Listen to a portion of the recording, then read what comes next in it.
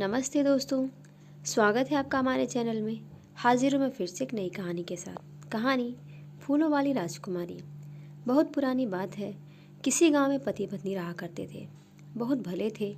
गांव भर के दुख और सुख में खुशी से झूम उठते थे।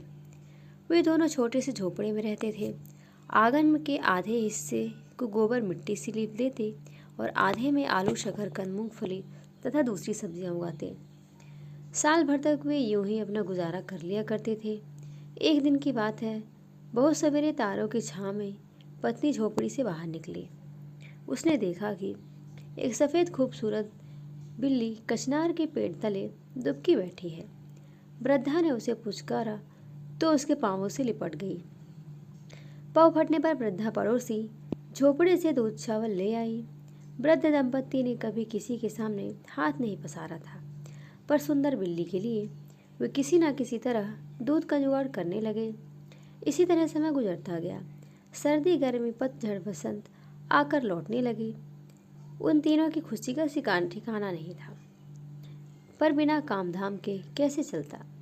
बुढ़ापे के कारण दोनों को चलने फिरने में कठिनाई होने लगी। बिल्ली भी भूखी रहने लगी। वह अपने माता पिता के कष्ट को देख नहीं सकती थी। मैं भी जरा घर से बाहर खुली हवा में हो आऊं, बिल्ली ने सोचा। गली के कुत्तों और दूसरे जानवरों से बचती बचाती वह घने जंगल में जा पहुंची।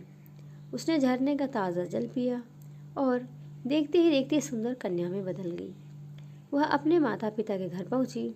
बोली, अब मैं आपकी सेवा करूंगी। उन दोनों को कुछ समझ में नहीं आया।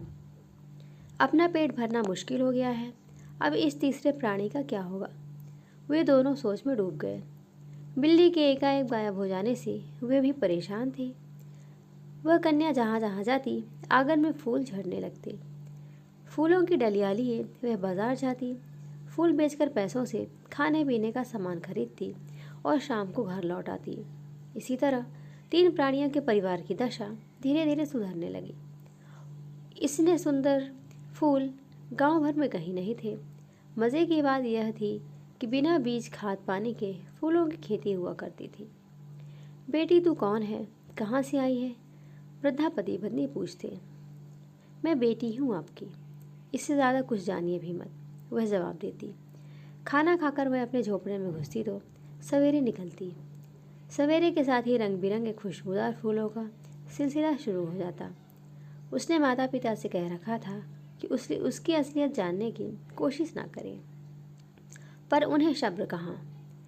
एक बार आधी रात को उन दोनों ने सुराग से झोपड़ी में झांका।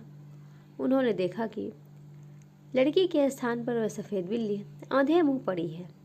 उनके देखने की देर थी कि बिल्ली एक सुंदर राजकुमारी बन गई।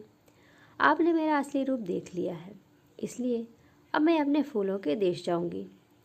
मैं आपकी सहायता करने चुपके चुपके यहाँ आई थी। उसके जाने की बात सुनकर माता पिता फूट फूट कर रोने लगे, पर अब क्या हो सकता था। चिंता ना करें, आपके आंगन में हमेशा रंग बिरंगे फूल खिलते रहेंगे। आपकी सेवा का बदला नहीं चुका पाऊंगी मैं।